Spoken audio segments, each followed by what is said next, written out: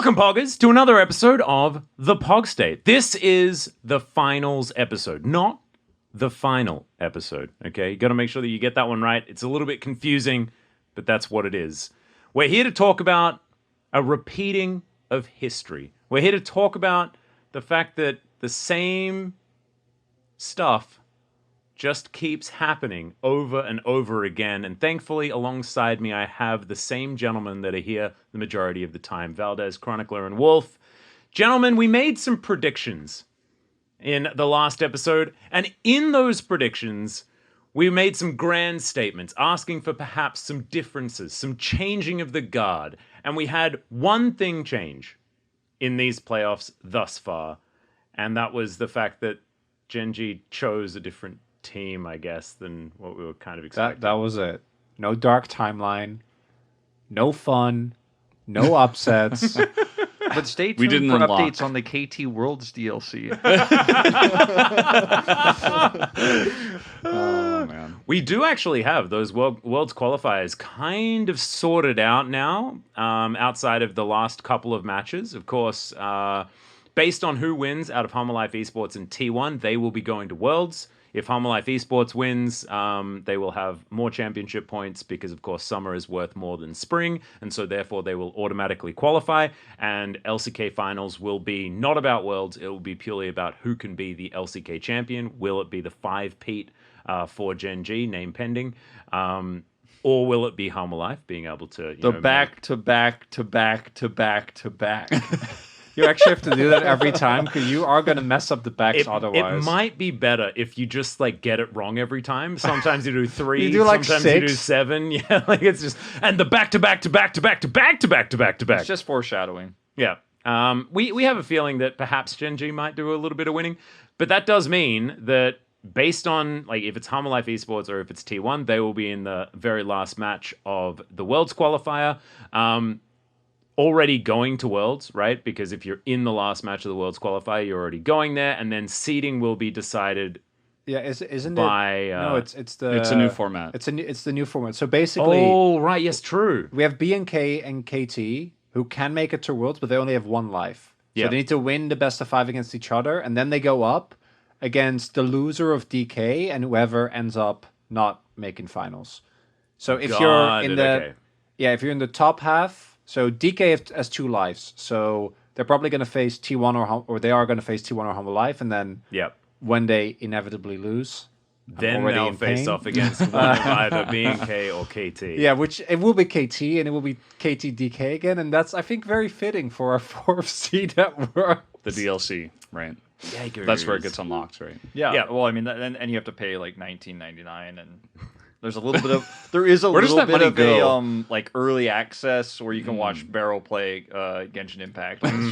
Got it. And so that does mean that they basically auto qualify in theory. I think unless T1 goes down, take nothing for granted, and then does some weird things. The Worlds qualifier is going to be very, very strange. But let's have a look at what we predicted. In the first place, we had our whiteboard that turned out like mad scientists scribbling on a prison wall. It was, I think we kind of got there. The way we got there did not look very clean. Actually kind of loved that.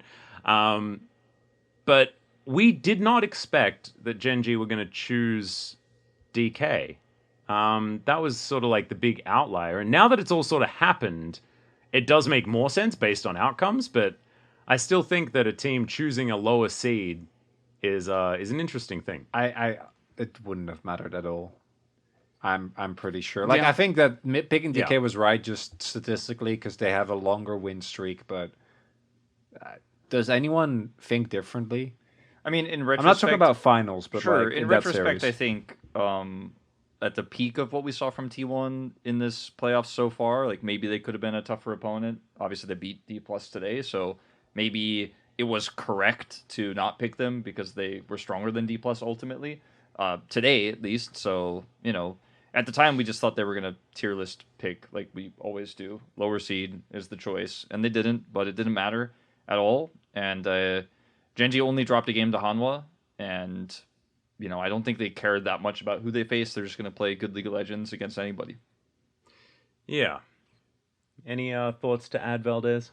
Not really. I feel like this playoffs was relatively easy to call. I mean, the Gen.G picking DK thing, as we mentioned, didn't really matter too much. I think that Gen.G's probably just going to win the finals, regardless of who makes it there. That's kind of how I'm feeling at this moment in time. That's what my Preds will say on their way there. The lower finals, I feel like, is almost more interesting just because Gen.G is so strong, and I feel like eventually we have gotten to this tier list season where it's like Gen.G is so much better than everyone else, and then Humble Life seems like so much better than everybody else, at least in the regular season. We'll see what happens in the lower finals. But I think it wasn't too difficult to call. I think, the fact that DK lost today, I was a bit disappointed, obviously. My waters were incorrect. It was my first time trying to utilize the Valdez waters, and they totally flopped alongside of DK. If they would have won that game too, then it could have probably happened. Yeah, They I don't know what happened to DK. I just think they just didn't have it in them this playoffs. The match against Gen.G, they looked very tilted. The match today, like, they had good moments, and then they were like, you know what? What if we just threw it all in the garbage? And T1 played well. I was a little bit tilted watching that series today. There were some really bad draft reads from D+ today, like picking Maokai over Ziggs, and then the Jin Rel draft that had no synergy whatsoever was just a complete flop, and Moham also just didn't play very well today. Wasn't there a Jin ban as well? Moham played well in the first two games. Jin instead of Ziggs. I also to me, Moham he was pretty I don't think he was he had a couple of active in moments, but at large, he was just not that good, which is fine because it's his first playoffs. I'm just, I feel like there were glimpses there again where we had Showmaker on Talia, which we know he can play, aiming on Ezreal. And the next game, Showmaker's playing Yone and never presses his R button. Or he really didn't. Or aiming is playing Jin and is actually it's the meme. We didn't get to say it, but it's he's just tricking everyone around reloading. He literally was. He did nothing. The funniest part of that game was when he ulted the minion. He ulted them. His team has Carrier was zoning him. He couldn't ult, but the fact that he was not in a position to ult seems like an idea.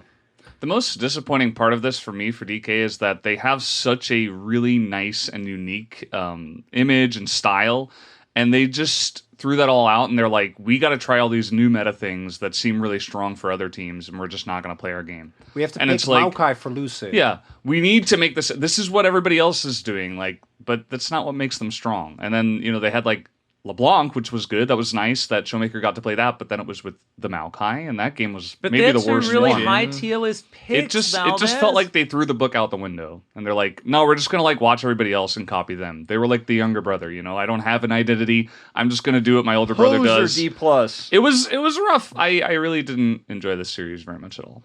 No, it was back and forth at least, but I feel like it was. It was more back and forth than the other three ones that we had in the first round, but the level of gameplay felt not too far off. Yeah, it's interesting, right? Because I think the conversation was this closer or was the Hanwha Gen.G series closer? Because it's really interesting to think about. I feel like this one just because T1 is a little bit messier. No, it's definitely this one. Yeah. Is it definitely though? No, the outcome I is the actually same. don't know. I actually don't know if I agree. I actually feel like maybe the Gen.G Hanwha was closer. Hanwha had some really weak drafts, but won some early games. Actually looked pretty competitive in the early game, and really pushed Gen.G to the brink a few times. Whereas it felt like D+ outside of the first two games just kind of were massively behind and almost did cool things and did some clutch plays and punished some mistakes from T1, but it never felt like they were throughout the entire series threatening control from minute one in the games. Obviously, game one, they did. Game two was very wild and back and forth, and it was hard to know where that one was going. But then 3 and 4, they just seemed lost. They didn't seem like they had any sort of plan. And then they made some cool plays and punished some overextensions from Faker, from Owner. But overall, just didn't really feel like they were on the same page as T1. T1 are okay, we came in with some cool drafts. We're all playing together as a unit. We're ramping. It's the T1 ramping, and D+ just looked like clueless in draft. There were some times when King unlocked the Aatrox, he was flipping through a bunch of different champions. And he's I guess I'll blind Aatrox, and I'm like, I've got a cool skin for this one. It's like, Zeus spent the entirety of 2023 stewing, angry about that pick. Yeah. And then he found like 3 different counter picks. And he figured it out. It's solved. Yeah. But not for DK, I guess. He Not already for had King. it solved. Every other time they played it into him, the Yone was banned.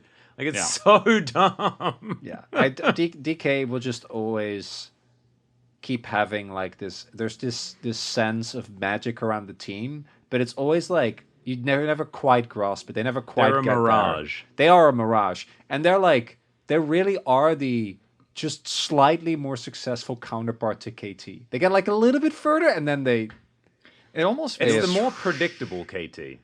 It almost feels like they, like sometimes we give them insane credit for like their Twisted Fate comps or these Talia comps and the other pick comps they play with Lucid's Vi. It almost feels like this team, we almost give them too much credit for like, oh, this drafting is so intelligent, like this is the D+ style.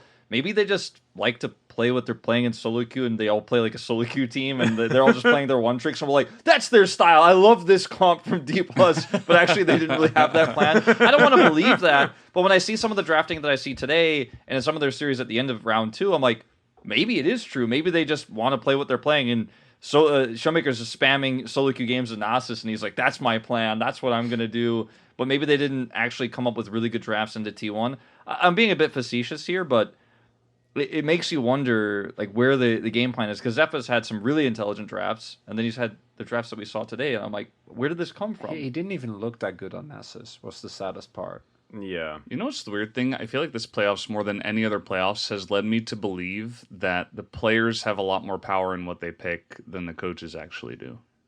I don't know if you guys got that sense. But most of our teams, yeah. Yeah, in the past, I was always like, okay, the coach has this idea. You know, the players, they have a little bit, you know, they can feel around some discussion about it. You know, even we heard about Carrier saying, oh, well, I was thinking about playing the Bard. I wanted to play that. And he made a joke about the skin sales or whatever. But, you know, eventually the team settled on Alistair and stuff like that. So generally it's not the individual's choice. It's like what will work best for the team. But I don't know. This playoffs, I'm just like, no, they're just kind of picking whatever they want. And that's not a good thing, I think. We had EWC where famously Genji drafted pretty poorly and ended up going out 0-2 in the very beginning of the tournament. And, you know, it came out later that they didn't listen to the coach and they were just like, no, this is good here. And it wasn't. I think for Genji and you know, arguably Hanwha as well, they do draft for the comp and not for the player, and they all have like really flexible picks, obviously minus that EWC series for Genji. But some of our other teams, like B&K, right, KT for sure, and in today's case, D+, just kind of pick what they want. Like, what they're comfortable on. Beryl makes the decision. KT drafts around what their coach wants. Their coach's name is Beryl. Yeah, exactly. For me, I think it's also, I both think that it's good to keep criticizing draft decisions when it comes to adaptation, but I think there's also a pretty good chance that these teams have like tried 15 blocks of scrims where they did pick Ziggs and it just never worked for them. So the result of what we get is just which is why Gen G looks so. And so like game 1 was a fluke for DK today, and then they're like, oh, we can first pick Ziggs. No, let's not do that. Also, well, no, I'm not saying that we should let them off the hook, but I do like that would explain to me part of the decision making. Maybe aiming has a quota. He's like, I refuse to play any more than 1 game of Ziggs per series. Okay, I hate like this champion. Sounds you like know, AD carry. and I want to play real AD carries. Ruler probably afterwards. said that at least once or twice. Yeah. Actually, probably a lot more than that. It is frustrating, though. He had it in his contract. Valdez is onto something, though. It is frustrating that some of these drafts just can't be explained unless we had the comms, like in the coach talking to the players and heard what each one of these 6 or 7 people were discussing on stage. Some of these drafts just cannot be explained, and everyone will be frustrated, and everyone's going to be writing on, you know, DC Inside and FM Korea and Reddit, like, why did they pick this? This makes no sense. And maybe to them it made sense, but we'll never know. So it is incredibly frustrating from the outside looking in. Why did they first pick them out? Yeah. And we'll never get an answer. Also, I think it is important to note that it is much easier for someone like Coach Kim or Mata to go in there with Gen G, and every single player has 5 picks that they're like extremely confident on.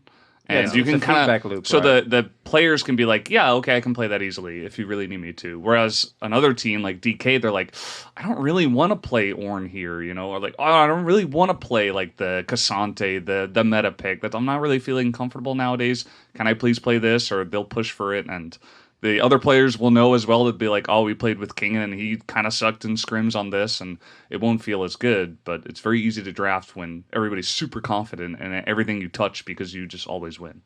Yeah, I think the main thing to take away, though, is that a coach is always responsible for what happens in a draft. And I think that's what happens when you have a coach on stage.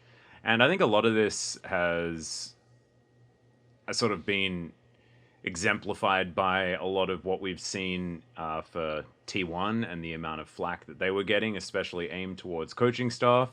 I think a lot of it is to kind of mitigate flame going to players, and there's someone that can be a scapegoat so that the players can stay a little bit better separate. that way, I think that's honestly. purely what it is, because I think that like you guys, what you guys are talking about, this has been a thing for a long time. I remember, I think it was an interview with Deft where they were asking him about like, oh, does the coach tell you to pick things? He's like, no. Like, if I don't want to play, I won't play it.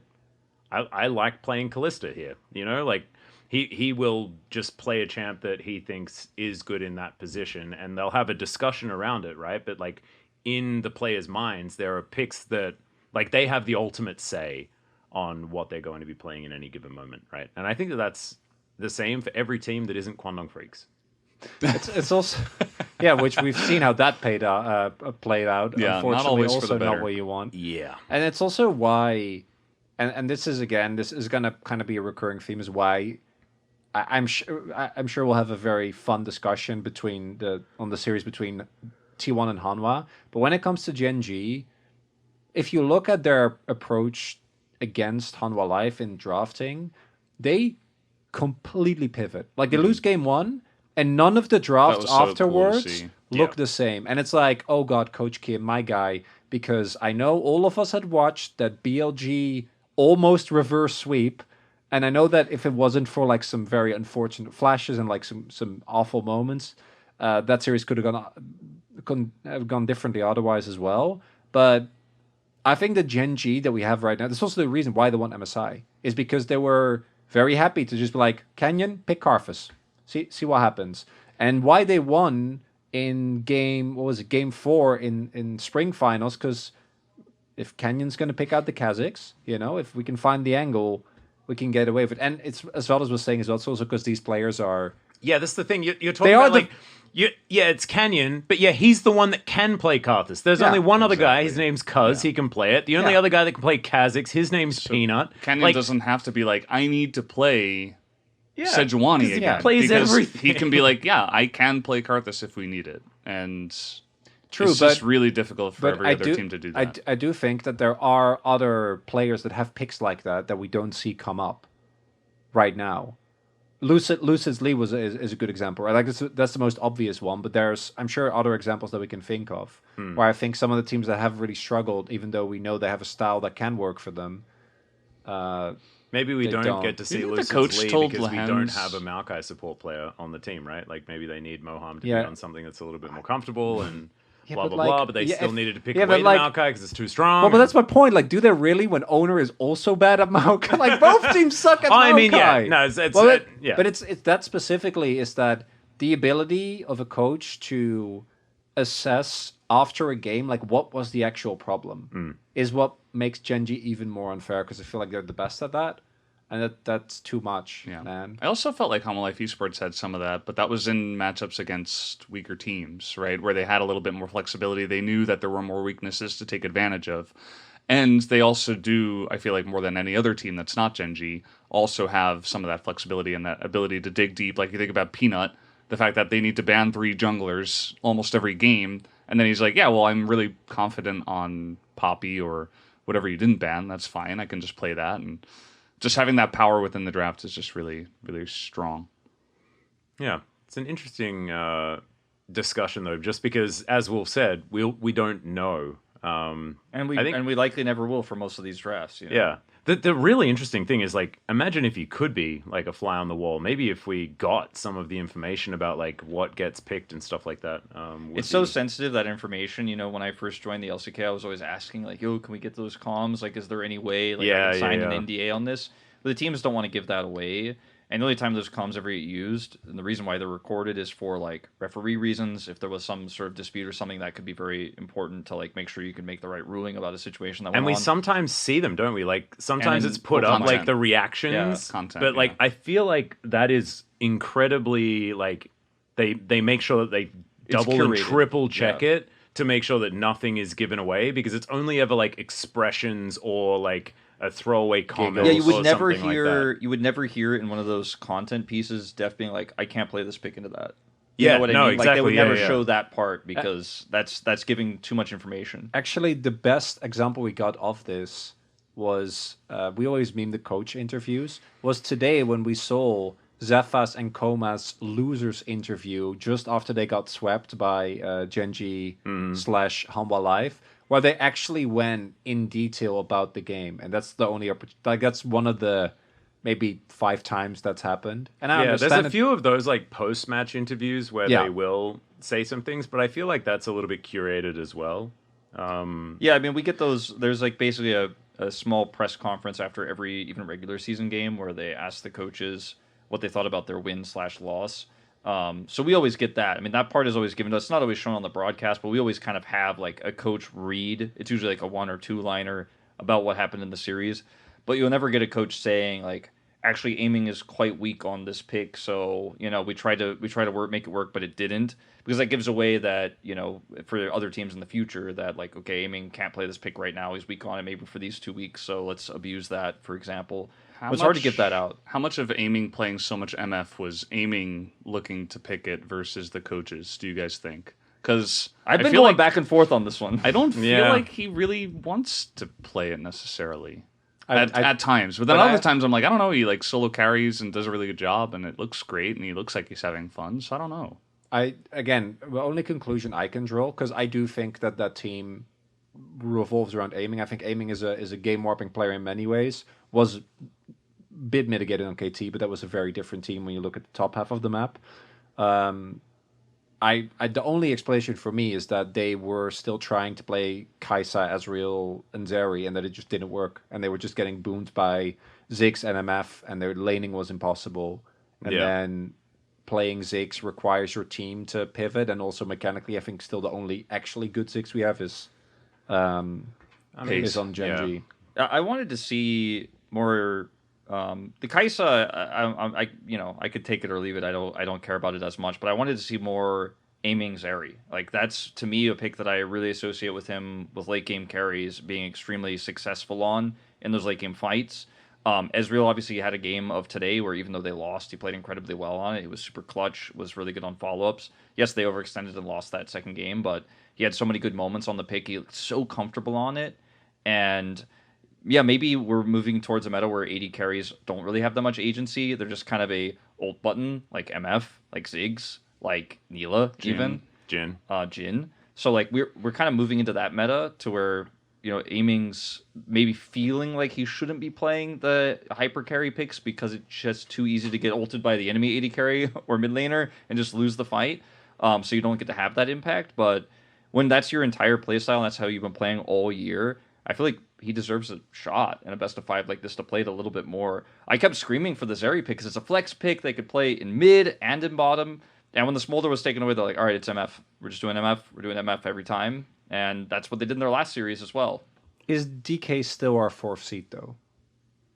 So I've got it playing out in my head in a certain way. Let me take you through what's going to happen. Wonder who this This is the involves. finals episode, by the way. Yeah. We're talking about like all sorts of weird stuff. Yeah, well, I mean, the finals is sorted out, guys. We'll let you know what's going to happen. It's a 2-1 victory for T1 over Life Esports, and then 10-minute it's a section at X the end. versus X, and Genji wins 5 in a row. Yay! Congratulations. So let's talk about the. We'll get into it more later. Don't worry. Do we have to? A little bit. I mean, I guess you guys can if you want to, but that's basically final. So the World's Gauntlet starts off with B&K versus KT.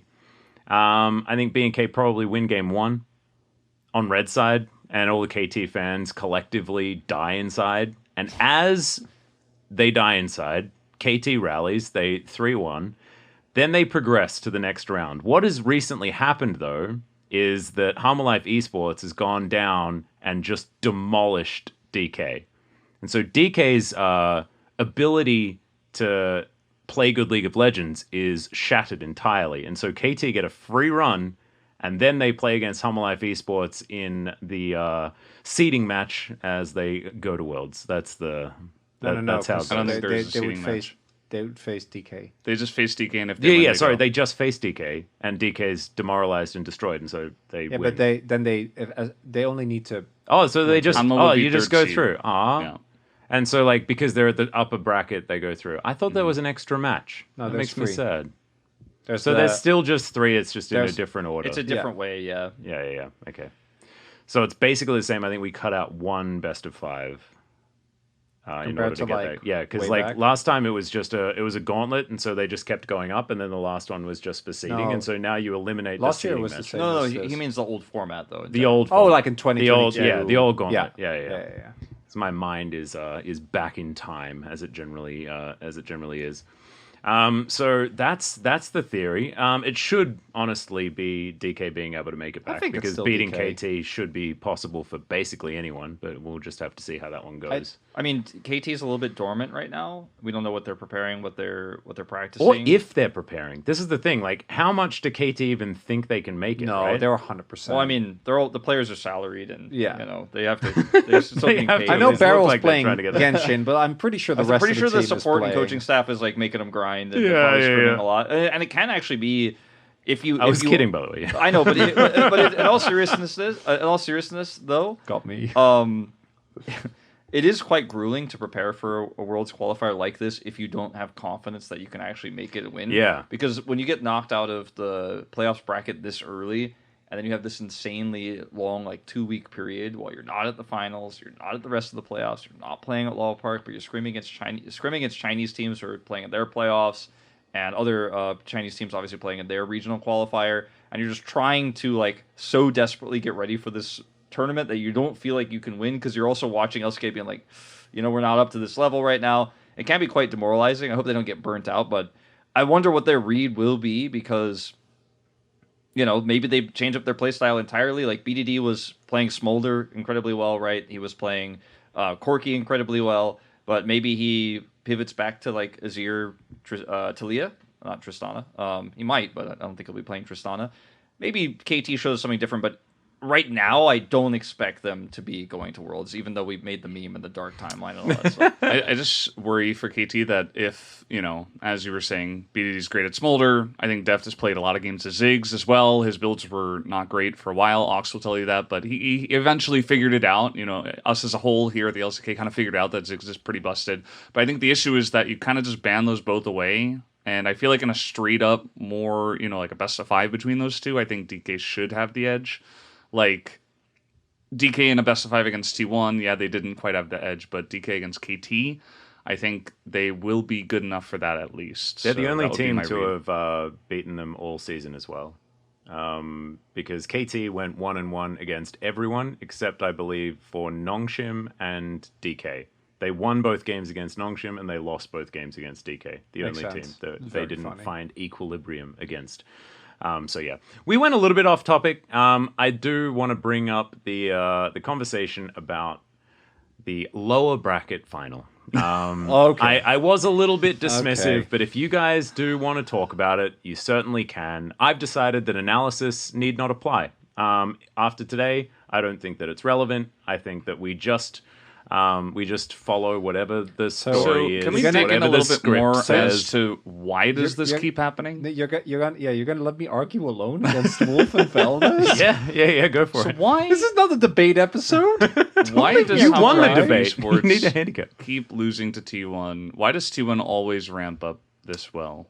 Because Hanwha don't got that dog in him, and T1 Wolf. does. So I think this. Okay, His so debate I think skills I went was down. talking with Chronicler about this during the series today, just off the record. Like we were just talking about it between games, and he was asking me kind of the same question, like why do they keep losing? Like why do I not have faith? Like I think you literally asked me like why do I not trust that they can do it? And I think the answer is just reading 3 players' names out loud was the answer I gave you, and those players' names are Doran, Peanut, and Zeka, because at their peak, you're like, well, that's 3 incredible players. Like these guys are really good. You've got a world champion and the multi-LCK champion in the jungle, and then Doran, of course, has picked up some titles as well. I look at these 3 players and I go, on their worst day, though, when T1 gets into their head and T1 out-clutches and they get frustrated, they don't play at their best. But I'm going to tell you guys right now that based on what I saw from T1 today, yes, they ramped up a little bit and they had a better plan than D+, and D+ had some rough drafting, adding a lot of caveats, meaning I don't think T1 has it in them to beat Hanwha. I think Hanwha is still a massively large tier above them right now and actually pushed Gen.G quite substantially in their series as well in the upper bracket finals. I think it's going to be a Hanwha Life 3-0. I'm very confident in it right now. Like I could theorize that maybe they'll choke. I could theorize that Doran, who historically has played really good best of 5s against Zeus, messes it up, has a wrong read, has a poor laning phase. Plays Akshan. That's not going to happen. I just can't. I could see it. Like we can all see it. You're right? We can talking all so much see about it. the drafting. Like We can all see it, but I can't predict it. Like I can't tell you guys right now that I don't think Hanwha. There's like a whole tier break between Gen.G and Hanwha, right? And then there's almost like 2 tier breaks between Hanwha and T1 and D+, right? In my mind, I feel like they're just so much better at the moment. I have seen. Did we have the same discussion in yes, spring? Yes, we did. Yeah. I've seen this exact trajectory with T1 too many. That's just, for me, that's the problem, is that at their peak, this team wins international tournaments. Well, they won EWC, they won Worlds, obviously, last year, but even at their worst, they've made third ever since this lineup has been together. So can I challenge you in saying that this time they have the trajectory, but it's starting from a much lower place, and I don't think they're quite gonna hit the same peak. But there's a week between today's series and that stadium, and we all know what that stadium is going to be like. And I want to get into some of the actual gameplay as well, because I do think that the mid lane matchup is still super favored towards Hanwha Life. I don't think that that's going to change in a week compared to what happened previously, but I think that we are going to get to that lower bracket final, and it's going to be 80% T1 fans, and they're going to the players are going to get to the same spot where they have gotten the last 3 times, which is this happened last spring, but this also happened last summer, right? And I just think that the same thing is going to happen again, because this team has shown again and again that this is the case. And I was talking to Wolf earlier, and this is not even specifically the Hanwha Life, but why is KT the way they are? And this isn't like the staff has changed many times, the players have changed many times, but it feels like the spirit of the org is the same. And I just think that sometimes what we think is true becomes true, because these players are human beings, and they're gonna. Are you talking about manifesting? I'm not even kidding. Like no, but I know this sounds esoteric, but I truly do believe that there is such a thing as aura, and it's why Gen.G have gone clapped by many LPL teams in a much more convincing fashion. Whereas whenever an LCK team sees Chovy load into the server, they're like, I mean, that is definitely a thing, right? Yeah. So there's a mental aspect to this. I also want to talk actual gameplay, but for me, I'm like 30% gameplay, maybe 40, and 60% is just basically a more extended version of what Atlas was saying. I mean, the way I think about it is that you look to see whether Peanut is playing in Seoul, and if he's not, then you bet for the other team. Here's a thing. But like, he's won does in anyone other remember When? in Daejeon? Yeah. I mean, Daejeon's still remember Seoul. You can still get there in one drive. Doran and I feel Peanut like Gyeongju is just that little bit Gen.G, further. and then they beat T1 Coax. 3-0. Last year in spring was Yeah. Coax, right? no, not Coex. It was. I don't think it was Coax Coax. is in Ils, Seoul. Kintex. Ilsan, right? Yeah, it was fun. Yeah, there you go. Also Il- not Seoul. Ilsan is basically Seoul. Well, yeah, It's a drive away, is what I'm saying. It's Greater Metro, yeah. Yeah. So If you're getting towards okay. Busan, Max, that's when you're Max, out. I'm trying to build a legitimate argument on vibes and mojo. I don't need you bringing the Seoul Greater Metropolitan Area into this. let's talk about some of the picks that, like, here. There's a lot of things that I think about in terms of drafting. I know we're spending a lot of time talking about drafting today, but it's heavy on the mind. Some picks that owner does not play very well. Maokai, Ivern. Some picks that Peanut plays incredibly well. Maokai, Ivern. Some picks that owner plays well right now. Sejuani. Poppy, which has fallen off the meta quite substantially. Peanut also plays Poppy incredibly well. They're our two best Poppy players, let's be honest. Yeah. Vi and, Sejuani, Peanut also plays really well. Maybe he misses his ultimates, but his pathing is good and he gets it done. Hits a few more Qs. I think Owner has been such a consistent part of T1's roster, and he had some certainly downs today. I feel like there were some moments where he messed up, but otherwise just kind of outdid Lucid. And I think that the difference between Peanut and Lucid was on display quite a lot in their last match that they played against each other. And I do think that Peanut will be able to control the early game a lot better than Owner did. And I think a huge part of why, especially Game 4, went the way it did in today's series against D+ for T1 is because Owner controlled the early game. Punished King in super hard. Punished Showmaker on his LeBlanc in Game 3 where he just flash hits him because he's like, you don't have flash, you're running Ignite in this lane, I'm going to punish you. I don't know if you're going to get away with that against Hanwha. And they tried to punish Zeka on his Yone, for example. It didn't work. And so that's one big hole I feel like you have. I have said this in the past. I said this when I was predicting that Peanut was going to crush Owner because I was like, he's the brain jungler, Owner's the hands jungler. I thought that Peanut was going to do it many finals ago when Peanut was still on Genji, and that didn't end up coming true. But I feel like right now, again, Peanut just has a wider champion pool. Like, he will play all these other picks. You can't ban his Ivern and his Maokai every game, or you just lose the draft automatically. I actually disagree. I think that, don't get me wrong, in the first series, Owner had probably his worst best of 5 of the entire year. Arguably his worst series. I mean, spring is really far away now, but if you look at specifically the summer performance, and I think that the final lineup that Genji landed on didn't include Ivern, which was Vi, Sejuani, Maokai. If I remember correctly, in the final series that they play, in the final game that they played. And I think the Ivern is... Sorry, which series are you talking about now? Genji Hanwha. Oh, okay. And I think the Lilia pick is something that is right now both a good answer into Maokai and one of the best junglers. That's a pick I should have mentioned that Owner is good at right now. And I think that one is probably going to get in the way on the Hanwha life side because they don't play it. But to me, I still, even though I think Peanut Zyra is fine, for me, Zyra as a jungler has a lot more innate weaknesses depending on draft, depending on situation, compared to specifically that 1-2 of Maokai Sejuani. And I think that T1, if they can get to a point in this week where Gumayushi can play Ziggs, which already did it more today than they did previously, right? It will give them the space in draft to just every single game against Peanut ban those picks, which I think does significantly lessen his impact. And I also think Owner will not play as poorly as he did in the previous series. I think that, but like, don't you then just get wrecked by Zeka? If Zeka's still playing as well as he is, then I don't think you can afford to do that. I think that Wolf is correct. Like, if you actually try to use analysis for this series, there is no way not to get to the conclusion that Hanwha Life Esports 3-0.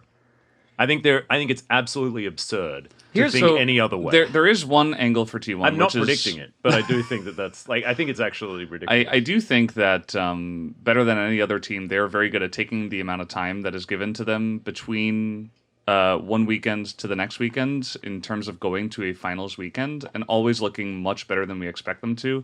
Like, I remember the T1 KT lore final, right? Where I was like, KT are definitely going to take this 100%. But that was when Faker had his injury, right? And Poby was playing a bunch and the regular season didn't look great. And then they started ramping up through playoffs and they kind of did what they always do. For some reason, they just do it better than any other team. Like, even more so than just vibes or like drafting. They always seem to really hone in and optimize themselves as well as possible for a finals weekend. So right now, we can easily sit here and be like, Hanwha Life Esports looked like the much better team. They just 3-0'd them. It should be very obvious Hanwha Life Esports are going to take them down. But I do think that we've done this in the past. And, outside of the memes, I do think it's like, well, T1 are going to have insane preparation and they are going to come in really well prepared and practice for this finals. And I think that's going to give them a much better shot than what they have right now. I'm not saying they're going to win. I also am predicting Hanwha Life Esports 3-0 because we have to do our predictions now. But I do think that giving them credit in terms of what T1 are able to do in terms of optimization going into a finals weekend is something we've seen before and we will see again. I also think that right now, Zeus and Guma are both playing better than... I think the mid lane, I agree with you, Atlas. I'm not going to touch because I think Zeka is miles ahead and at best, which I don't even necessarily think will happen, at best Faker will be able to neutralize and not have anything else happen. I don't think that's going to be the case though. But I think that both Guma and Viper have looked pretty meh this playoffs. But I do think that Guma, weirdly enough, I have more trust in Guma to be getting to the point where they do actually have the toolkit to either deal with the Ziggs or try and find a way, because he's playing with Keria specifically. Because I think that 2v2 matters a lot, and I think that Hanwha's lane swaps are if it was Gen G again, there's no point, because if you do get a really good bot lane 2v2, Gen G is going to lane swap and stomp you. I don't think Hanwha's lane swaps have looked nearly as good, and I think that with Zeus getting back into form, where if he gets counterpick, he stomps, which have been a lot of playoff games, right, where he gets counterpick and is able to make it happen.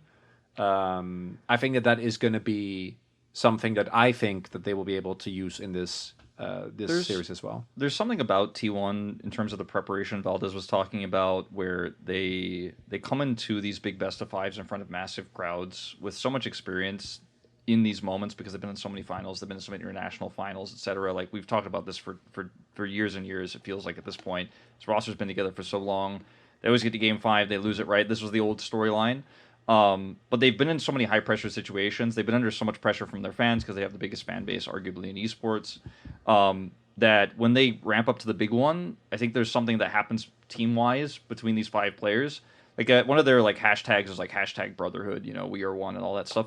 But I feel like there's something really to that. Like, when T1 plays really well in these best of fives, they're so good at punishing. Their map movements are surprising to teams. They're like, oh, I think Faker's caught. We talk about this all the time. Oh, Faker's way too far up, and then they turn that into a huge win, stuff like that. That just isn't about drafting. It isn't about their form from a week ago, because that doesn't matter anymore, because it's their form today, and they're showing up, and they're playing against a crowd that's biased for them. And they just absorb that energy. That's, I feel like, something that's really hard to quantify. It's something that's really hard to explain and analyze and put into words. And I think maybe that, if you're a T1 fan, that's what you're hoping for. Or you're hoping for the one thing we haven't really talked about. You talked about Guma, that this is really the only team that's indexing into the Senna compositions a lot. They were the first team to pull out the Olaf, right? And maybe that's something that they're really practicing right now that they didn't want to show today. I don't want to see any more Hanwha Life Esports Senna comps after what I saw against Gen G. You can cook, but then you can also burn your house down. Jesus Christ. The worst game of playoffs? I think so, That was, I mean, they got a 5K gold lead. Yeah. And then they did It was nothing. the most unplayable draft I've seen outside of the DK Maokai LeBlanc travesty that happened today. They had Jin as well. Yeah. Aiming Jin at I think that there's some cooking that can be done with Senna, where you could still... I think it's Have not it be as... a support of not an on, and then you're probably fine. Yeah, I think there's definitely some cooking you could do. I don't think we're really going to see any of the AD Senna, but they obviously prepared a lot of good comps with that early in the series. They used it against KT, and Guma's Neela looked really good. The Zillion that we saw today was probably not ideal, but they're clearly thinking in this kind of mindset right now about what are some weird bottom picks we can play that might catch Hanwha off guard. If they have something prepared like that, maybe that's what gets you the advantage going into this series, because Hanwha obviously have blue side for game 1, and that can throw a wrench at the gears. You win that game 1, you steal that blue side advantage away, go into the rest of the best of 5. I do think there are ways. I don't think it's impossible. I just can't predict it. I just can't in good conscience think that there's going to be anything else than a 3-0. And I hate saying this, and that's why I'm so frustrated with these series, because I keep being wrong. But no T1 fan and no analyst told me why T1 were going to win except vibes. And then they won, and everyone's like, I told you, Wolf. I'm like, okay, but you didn't say why back then. So you just hoped, and then it came true. Vibes. And now you're saying... You're just saying I was a fan and my team won. That's what you're saying, actually. It's not a prediction. I can't do that. But it's what? I said it's manifesting. Oh, no! it's not but manifesting. I mean, I think in sports in general, there are just these... It's why T1 has never lost a series to LPL at Worlds, right? That's not something that should be possible in such a long... Even take into account how good Faker's... in such a long period, I just think that sports is more than what is just on paper. And for T1 in particular, as individuals, like I think there are a lot of caveats, particularly coming into the series. But as a 5-man unit, like I've gone again. I predicted DK today, right? And now I'm just like, no, it's That's exactly the same as me. I predicted DK today, and I'm like, I'm done, out with it. Like the script is obviously written. Like that's what we have to do. It's we not need to it's not abide a script thing. It's just what Wolf was saying earlier about like, you know, you imagine T1. Like I know we don't know what it's going to be, but you know T1 is going to come in with at least 2 absolutely off the wall draft. Top, you know, I don't know what it's going to be, but they're going to come into the best of 5 with a lot of different plans of attack. And to me, what makes Hanwha good is not that level of creativity, which I think in a best of 5 is what pushes you over the edge. It's what gets you to victories where otherwise they might not be possible.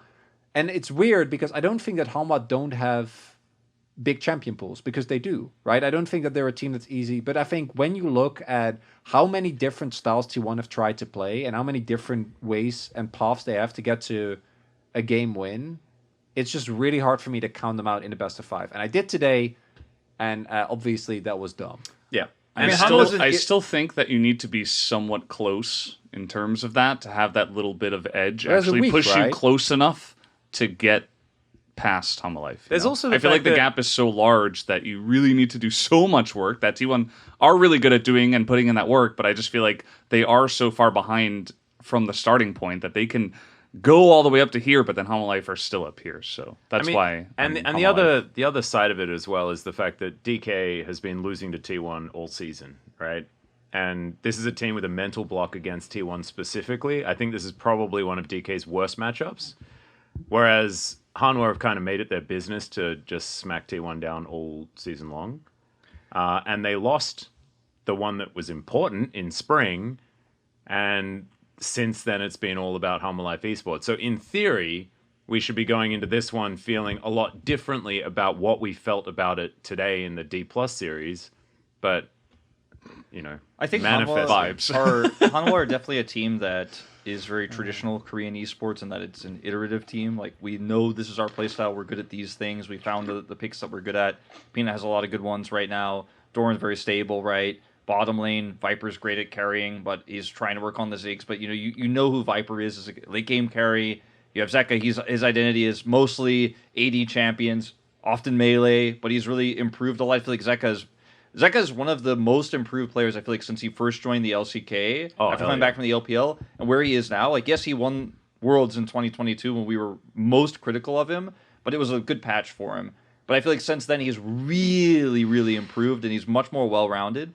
But Hanwha is that team that iterates and improves on what they're good at, and has like some champs they can play. Like in the meta, they're like, okay, each player has about 3 champs they can play in this meta incredibly well, so it gives you so many different outs when you get into draft traps.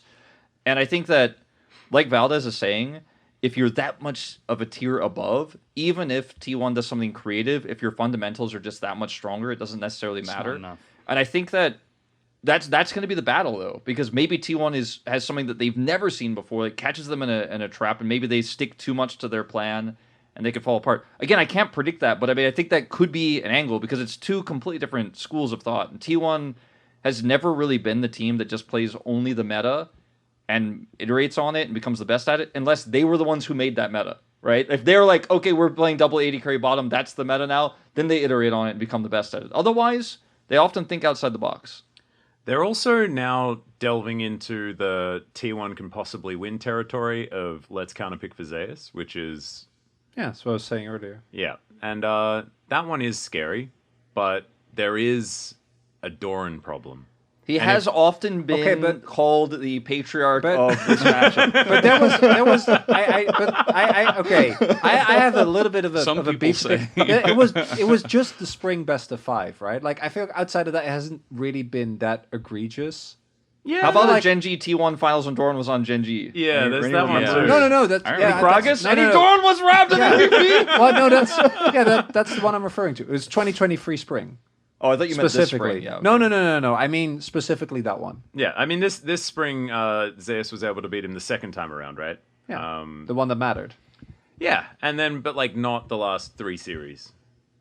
Yeah, but those. I cut nothing. Yeah, it's not the specified. But I like. Yeah, It's rough, isn't it? Because we both know exactly what's going to happen. This is the worst part. We're trying to argue. No, but I think I know think, it's going to happen. Okay, but I still because now actually on this specific matchup it's flipped because now it's Wolf and Veldis going no, but Doran always steps up against. Okay, let's right now Zeus is better.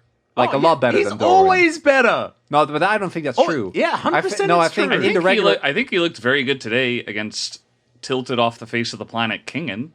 Does that count? Like I don't know. Look, what about I Perfect? think Chronicle's right. I think Chronicle's right because like there has never been a moment where we were looking at Doran going, okay, he's way better than Zeus, but and this sounds crazy. These words are going to come out of my mouth, but like there have been moments where like, okay, Doran is more consistent than Zeus.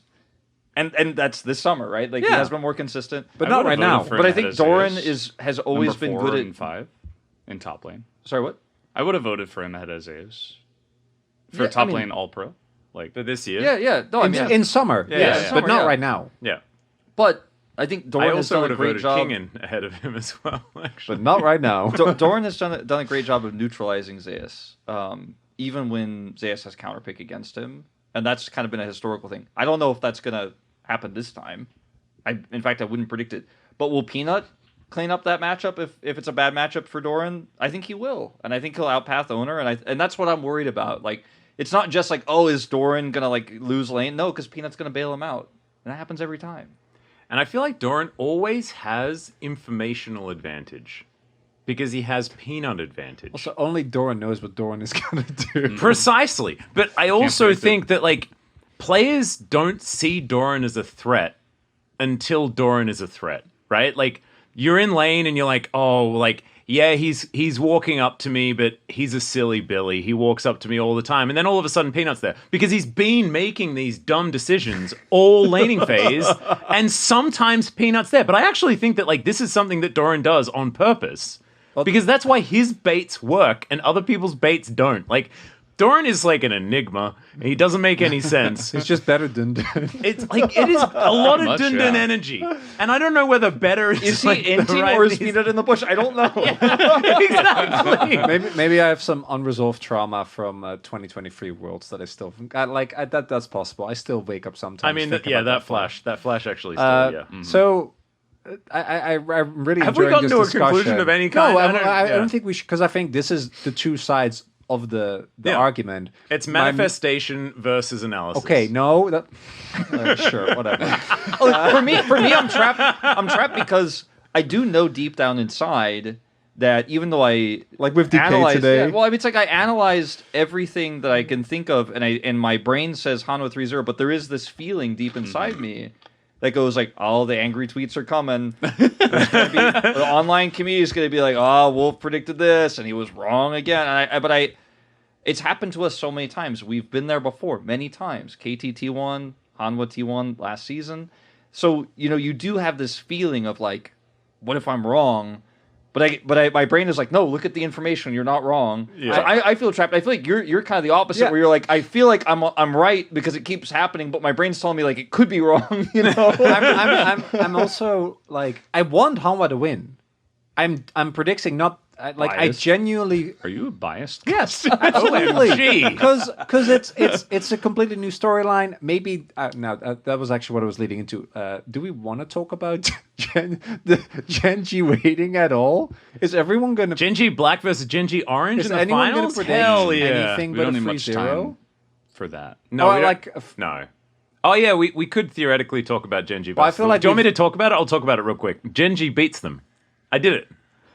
Okay, so I feel like what's going to happen if T1 goes against Genji Yeah, let's do the is they win game 1 to make everyone think, oh, it's going to be interesting finals. Free zip. And then 3-0 after that. 3-1. Uh-huh. And so it's not a Yeah. 3-0, and it's not that dominant, but yeah, it is. I Yeah. think that will happen as well, and I will also still predict 3-0 for Yeah. Genji. Even though I think that it will be a 3-1, I will predict 3-0 for Genji. If Hanwha go to the Hell yeah. finals, I feel like it's just a 3-0, weirdly enough. I feel like Hanwha won't get the No, I one think game Hanwha this There year. are some of actually those is- matchups, right? I think Hanwha's worse Yeah, Hama. into Genji. Well, I mean- yeah, that's what I mean. Like, there are those team matchups. Like, Hama into Genji, they just can't seem to figure it out. DK into T1, they just Except for can't that seem to game figure it one. out, you know? I mean, Hanwha against Genji in game 1 looked so I think Genji... good. I think Genji made a lot of mistakes, and they were taking a lot of what do you call it? Like they were taking advantages that they shouldn't. Shortcuts. Yeah, Yeah, shortcuts. yeah, Like yeah. they thought they could take that lead, they could do it against anyone, and then Life just kind of smacked them down. I think they just overstepped their bit limits. lazy. The It coaches was got them greedy. back in line. Yeah. The draft was, switched around right away, like we talked about, and it was like normal again. Yeah, I don't think that's going to happen again. I think we'll know more after we see the Hanwha T1 series. Like maybe Hanwha shows us some more depth, and then we get a better read. But because there's not going to be that much, there's like literally only like less than 24 hours between the moment when the final Nexus explodes and the lower bracket finals, and then the finals starting the next day. So it's not like Genji can be like, oh, I'm gonna adapt. I mean, there's a little bit of adaptation you can do, obviously, but it's going to be about the form that Hanwha shows us on that day. Because I also agree, I felt like Hanwha played really well against Genji, and sometimes they had poor drafting, in my opinion. Like the drafts they put together, I was like, how does this work? And then they still made it look interesting. That made me believe, okay, Hanwha maybe could do something, but I can't predict it until maybe I see them prove it when they play against T1 that they can, show some more diversity. But right now I'm feeling like Genji is just so much better. Like I said, there's a tier list break between Genji and Hanwha, and then like 2 breaks between Hanwha and T1 and D+ and everybody else. Yep. I think that we were also putting D+ a little bit further up until today, though. I think that we did think that D+ had potential to be a lot better than what they displayed today. Or T1 are just doing that ramping thing, and we don't necessarily know. Right? We This is don't the thing know that's right really now. hard. I think it's a bit of both. Like I think T1 deserve credit, especially like Guma and Zeus today. I'm not sure what's going to happen in the I think jungle. Owner as well, especially after the catastrophe. Yeah, he really turned it around. I do think though that kind of losing my train of thought here. What were we talking about? DK. Oh, yeah. Bombing out. DK. I really do think that DK they kind of got a little bit confused with this meta, and they didn't really know where to go, and then they tried to index into way too many things, and they lost their identity, and they just kind of. I think they were at a really good spot, and then like a lot of things crashed down at once, which was getting wrecked by Genji, not really knowing exactly what to do in drafts, kind of messing that up today, and also losing a lot of confidence, and everything kind of went wrong for them. So I think it was right to have the meta decently high level, but then they didn't really show any of that because they weren't able to. I still am pretty confident. Like memes aside, obviously if KT make it, it'll be very funny. But my expectation is still that they should be a relatively comfortable 4th seed. And when the world's meta is maybe towards more mages, as we've seen a lot of the changes come in, maybe Showmaker can be feeling a little bit better again. The thing that I'm worried about is that in that timeline that you're talking about, DK loses like 3 best of 5s in a row before they have to win one to go to Worlds. Didn't they do last year as well, though? Maybe. I'd have to check the bracket on that one, but Yeah, because who did we send last year? We sent KTD+. KT. Yeah, KTD plus so Genji it was T1, Genji. Yeah, exactly. Yeah. So Genji was first, obviously. T1 was second. KT was third, and DK was fourth. Yeah. Yeah. Yep.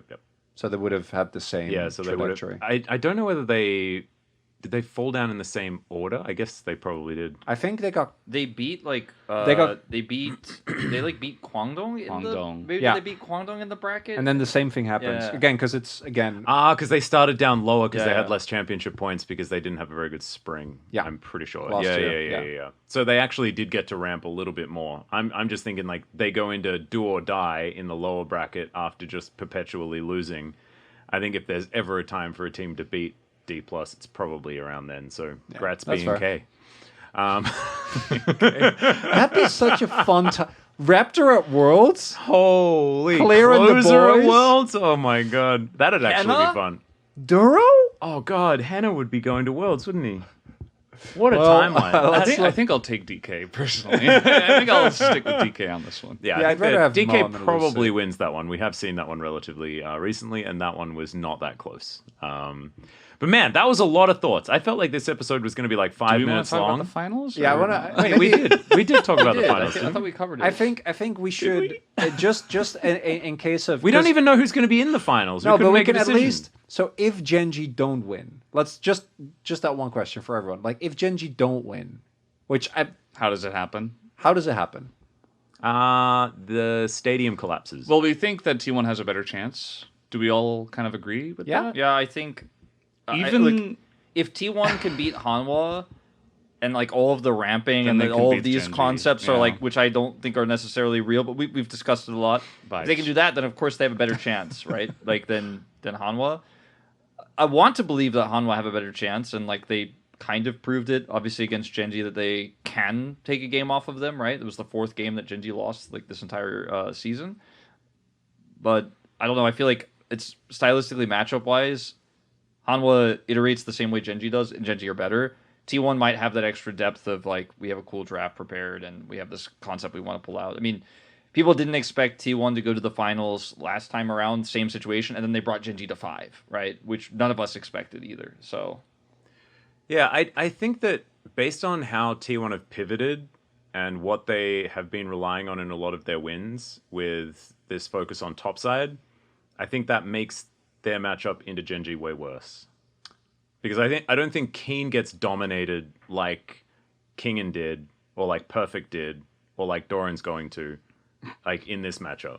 Like I don't think that ever happens, unless like they're blind picking Cassante and they like have that throwaway game where they did do that a lot. I think it only. But then in that case, Keen just weathers the storm and wins anyway. Well, yeah, I think the only way I see them is through top jungle. That's actually the only angle for either team. Because I think Pace right now is, I mean, Pace and Lands. He's unpunishable. I mean, if he can flash the Malphite ult, like he won't be punished by anyone. You know what I mean? I feel like the thing is as well is that also like the elephant in the room is the mid lane matchup, and Chovy's the best player in the world, and Faker is really not having a good. Yeah, so that's what I'm saying. So I feel like obviously maybe they get like there's always super crazy, but realistically, mid and bot lane are I think insurmountable right now. But I don't think Canyon is, which is crazy. But I think that like Canyon and Keen having a pretty muted playoffs, and again he does just R4 Cassante, so that is. Like, I'm not saying that it's a key... It's like muted playoffs, I'm like, 1 loss. No. I know what I get what he's saying. Right? And like, I don't even think Keen has been playing bad. But if there is like, I think if you can get like counterpick carry matchup tops and you can just break open the game and have like a 14 kill Camille in every... Which I don't think will, again, but if there is a way where Genji lose, I imagine that will be it. They have been kind of resting on Keen is just going to weak side every game and it'll be fine. And Canyon can just full clear and it's okay. And I do feel like Canyon, specifically, his one weakness has been game states where he's behind. He doesn't know what to do. And that was kind of always the case on D+. We've talked about that a lot this season. It rarely comes up because Genji are never behind. But, like, when they are behind, like, see Hanwha Life versus Genji Game 1, he has a pretty weak game. And he's so reliant on his team being ahead that he makes insanely proactive plays. But when they're behind...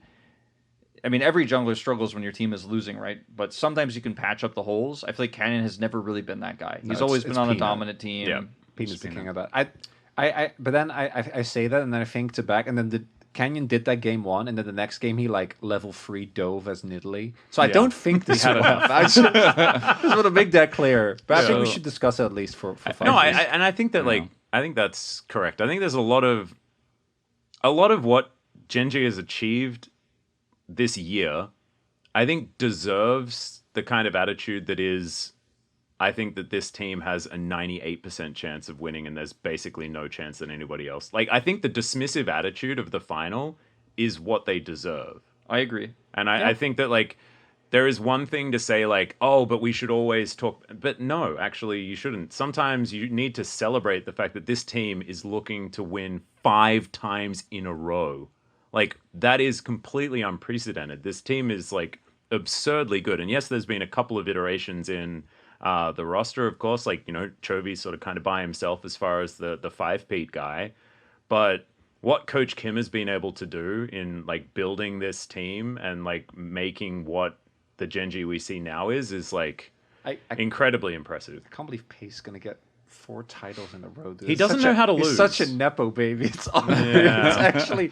It's actually unreal. The worst part is that he's getting better. He's actually really good. That's the problem. That makes it worse, Wolf. Yeah. He's both. Like I think he was the best AD carry throughout the entirety of summer, right? And pre-playoffs, that was. You also think he should have gotten MVP in that finals, don't you?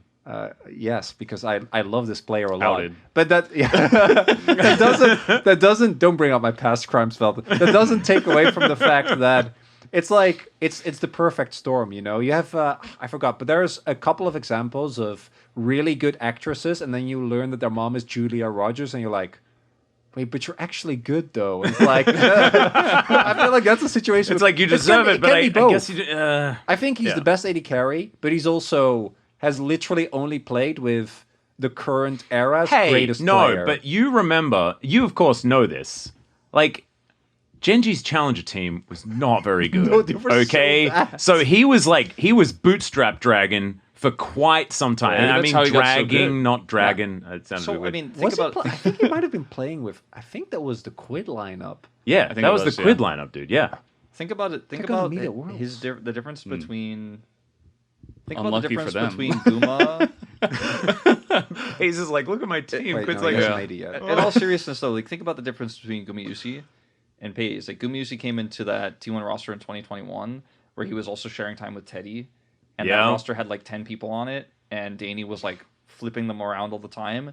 And Guma had to like earn his position on a new roster and like solidify his spot over Teddy, earn his place, and then started to win titles, right? Like it's a very different situation. I mean, like, there's also, like, that team, almost every position outside of Carrier and Faker is the same sort of story, right? Like, Yeah. you've got, like, Canna and Zeus, and you've got Elim and Cuz and Ona all, like, battling for the same Closer position. was on that team. Closer was on that, yeah, like, Took them 2 years. yeah, they it took them a lot won of time. LCK, but then had so much like lost Worlds 2022. Yeah. Lost MSI by a game. Lost or got third at MSI in London. Yeah, and then Pace just waltzes in. They're like, by the way, Ruler's leaving, he's going to JDG, Well- he should come up, and he's like, oh, I guess so. and then Pace like goes to London, and then there I think he was pretty forgettable, right? And then at Worlds wasn't up to him. Was more so his top side that completely collapsed. He was fine, and then just wins MSI in his second year. Kill records. And when you think about Hanwha too, like these are three teams that we're talking about, right? In the end of our playoffs, Hanwha just has all the ex-Genji players in Viper. It's Genji Orange, man. Yeah, Yeah, Genji Genji Orange. Orange. And they have Zeka obviously as well, who's a world champion, but it's like all of our best players just are in these three teams. And so also, maybe like, we should break Dandy them up. is Maybe it's time to former break the Samsung, you know? Including former bro talent Delight, who was also part of one of the best teams ever to grace the LCK. But also Bro. he was on Genji. I think it's time for the LCK antitrust to come through. Like we can't let these teams monopolize all of the Yeah. talent Spread because out we the just talent. keep getting the same three. We got them twice in a row, and then when it wasn't Hanwha in top three and it was KT, Keen was on that team. Okay, Uh-huh. and also we. Lee hands. And then, but the Hanwha players were on Genji back So- then. Like, so the real culprit is Griffin. Yeah, I mean, no, Griffin Griffin's fault, yeah. Griffin and Damwon were the biggest problems because they just pumped so much talent into the LCK, and then we're trying to work out was a how to great best year. share it so that we have 4 teams that are good. While we're at it, please watch Challengers. KT Challengers is actually mega good, and they have had a great How many run. teams in the Humbug, LCK are man, they better than? where is Humbug going to go to win like the I LCK? mean, we saw them play, and they beat. Was it still Sandbox back then? Or was it Yeah. was it Fear X already? It was I'm not Fear sure. X, I think. Fearx. I'm pretty sure that they would be like a lower tier, but they would be a playoff. like team. sixth. They would be contention for playoffs yeah. if they came in now. And who knows where the limit Is is, right? Casting still playing top lane as well? So it's casting Humbug, Zinni, Hype and Way, but it's like Humbug and Hype and Way that are like the Yeah. there. Can't wait to see those guys Humbug in my LEC goat. next year. When did it was Wade debuted? Cable right. Did Wade debut last year or the year before? Like, was the year towards the before. very Yeah, end. No, yeah. because who else did they had like Rebel? I want to say Yeah, yeah, Rebel yeah. before. Rebel But then Rebel. Wade Rebel, came in and yeah. kind of started saving KT at And the they had time. Hype Castle was always before- really good, Castle and before yeah, that, yeah, they had and Castle. also Feisty. Perfect. and Perfect was and good. Feisty, yeah. who's left the team as well. Yeah, it's them and KT's made some good talent. They Yeah. they are looking highly favored. And But then you have Humbug is just like he's and then we have a nutty good. mini like Nongshim-esque miracle run with Quantum and Bull. But also, and but Pungyeon. no, I was about to say He is that's so Pungyeon good. Pungyeon is so so good. I'm Holy. a big fan. yeah. because like Bull and Quantum try their best to lose, and Pyongyang's like, nah, dude, I kind of want to win this one, and then he wins. Pyongyang's actually nuts. And then for DK, they were looking like T1 or the Genji Hanwha. They were like the Hanwha, but they really miss Moham, which makes sense because Moham is Really like good. top four LCK support. Like it definitely doesn't measure up to the best, but he still He's up was there. a lot better than what we saw from Duro and from even Beryl. I'd argue, unfortunately. Kellen. Yeah.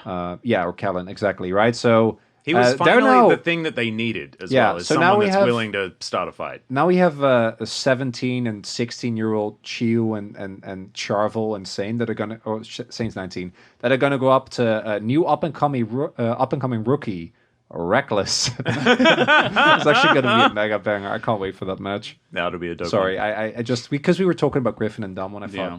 it's a good opportunity. No, definitely a good time to plug. And also probably a good time for us to end this episode. This was going to be a quick one. I think it's been a very long one. I've lost track of time, but it was fun to have the discussion. Let us know in the comments whether you believe our take on what's going to happen, or which one of us We had you believe. all of the takes. Yeah, as far as like what's going to happen in How this lower poorly bracket does this final. age? And yeah, that's another one. Vibes. Is it manifestation, or is our analysis just wrong? And T1 are just going to be the better team on the day, or a Humble Life Esports just going to do it? And it's as we predict, the tier list is in place. But that's it for this episode of the PogState. I hope you guys absolutely love the finals. Gyeongju, a beautiful city. We're looking forward to being down there as well. And we will see you in the next episode before Worlds. Bye-bye!